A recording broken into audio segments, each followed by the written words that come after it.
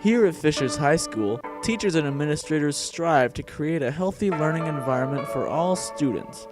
However, students are beginning to face a problem in the classroom. A growing number of students are uncomfortable or even afraid to participate in class. I say some teachers make it very clear that everything that they're going to say, they want to say once and only once, and you feel discouraged to ask them to repeat anything that they already said, just because you feel as though you're wasting their time. I mean, like I said, it made it to where I was afraid to raise my hand and afraid to ask the questions. So one day I could not understand something, and then the next day we move on to a new topic. I mean, 3 weeks down the road when it's time for the test and time for all this other stuff, because I didn't get the help that I needed. Whether it be asking or answering questions, it is imperative to a student's education that he or she fully understands the class material, and each and every student has a right to do whatever they need to reach that goal. When a teacher, puts that down and says, your question is irrelevant, or, I already said that, then it's just encouraging these kids to, stay silent, and that's not healthy.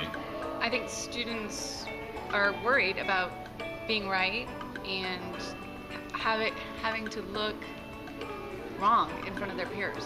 They don't want to have that feeling of being wrong in front of their peers. And in my experience, I've seen a lot of students just, quite frankly, just don't have that inherent desire to share things publicly. It doesn't mean they won't be engaged. It just means that they don't value as much sharing that with peers. While students do hold some responsibility in participating in class and furthering their education, teachers also share some responsibility in helping their students feel comfortable with learning. You could create kind of an atmosphere of a community share, so it's not just one person sharing out at one time in front of the whole group. Maybe it's small group sharing, and then the small groups share out from there.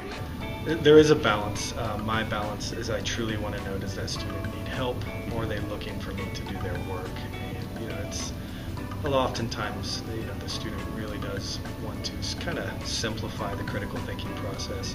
There's certainly a difference between different subject areas, and even within the subject area, what kind of objectives are being met. Ultimately, it is the student's decision whether or not they participate in the classroom, which in turn decides the quality of the student's education. So, a message to teachers: be sure you encourage your students to learn the way they need to learn. And a message to students: don't be afraid to raise your hand. It's your education, so do what you need to do to get the education you deserve and help continue the tradition of excellence here at Fishers High School.